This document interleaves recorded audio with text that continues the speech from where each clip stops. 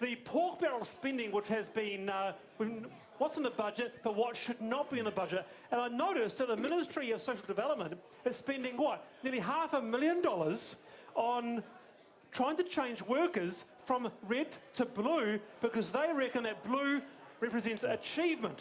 It does. It is absolutely, completely similar. When I was Minister of Corrections, we changed the uniform for corrections from a very dirgy sort of old greeny thing, sorry, Materi, I didn't mean it personally, and to a beautiful, lovely dark blue, and productivity went through the roof. Everyone's so much happier. Everyone's so much happier with blue. And I think, Wallace, you can see that because you're wearing blue tonight. Fabulous fashion statement from Wallace.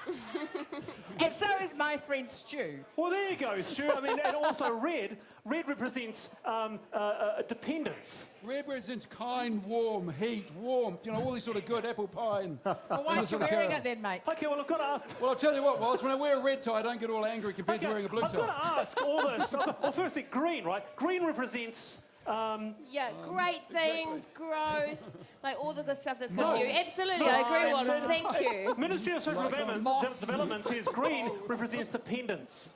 They've said it. Isn't that classic? All I want to know, Peter Dunn, you keep on going, my turn, my turn. What the hell does orange represent? No, well, I don't know. Because purple. Purple represents an amalgam of all the good things in life. Does it really? Absolutely. But if you want to come to the question about what I'd take out of the budget, I'm actually not in favour of cutting government spending. No. But what I think we need to do is spend more wisely. And what I'm concerned about is if you look at most government agencies these days, where the growth is occurring is not in service delivery and service programs, it's in the infrastructure to support them, like human relations and all these internal costs. I think that's where we could move away from and focus on delivering service to people. Isn't there a point where you've got, say, $500,000, and the public see this, and you've got $400,000 on a yoga video? And that's the sort of thing that's nonsense. You've got the parliamentary service advertising for a whole range of managers at the moment. Yeah, and as I say, that's what I'd take out of the budget and focus on the purposes for which these agencies exist, not the ways in which you bolster their own internal empires. What would you take out?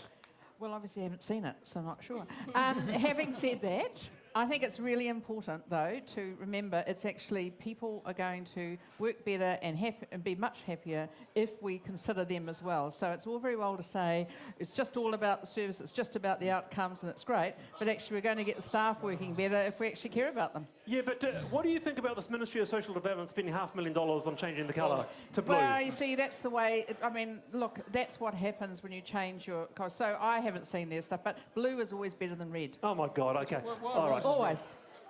Much more fabric. Roses red? Because they mean love and warmth. All right. Well, I'll tell you what I'd take out, Wallace. I'd take out corporate welfare. Now they believe there's about $2 to $6 billion of corporate welfare that goes to those who don't need it. Let me give an example. We've just given $6 million to an extremely wealthy Saudi Arabia gentleman to set up a farm, and all the benefit goes to this guy, none to New Zealand. We've got a farming sector at the moment in trouble. We're giving $7 million to an exceptionally wealthy Saudi family. How is that right? That's a good point. What do you think about that, Materia? Oh, he's right. He's totally right. It's just a bribe to try. It was just a bribe to try to get the Saudi trade deal done. But what we need to, I agree about the corporate welfare needs to go. So the subsidies for the emissions trading scheme that allows polluters to continue to pollute and everyone else to pay needs to go. Okay, the subsidies for the fossil fuel industry to exploit the marine environment, they all need to go. The millions for the flag, that needs to go. And we need to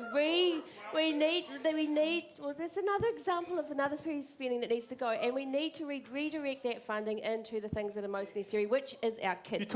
Our kids need the support, and they're not getting it because the choices of government are being made elsewhere.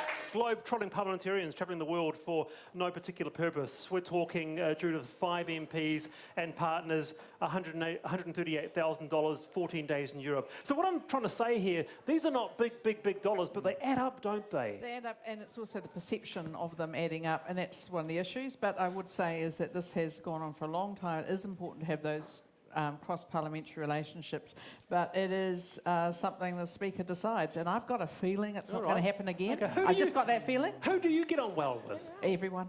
No, seriously. That's true. Seriously. No, that's true. That is totally true.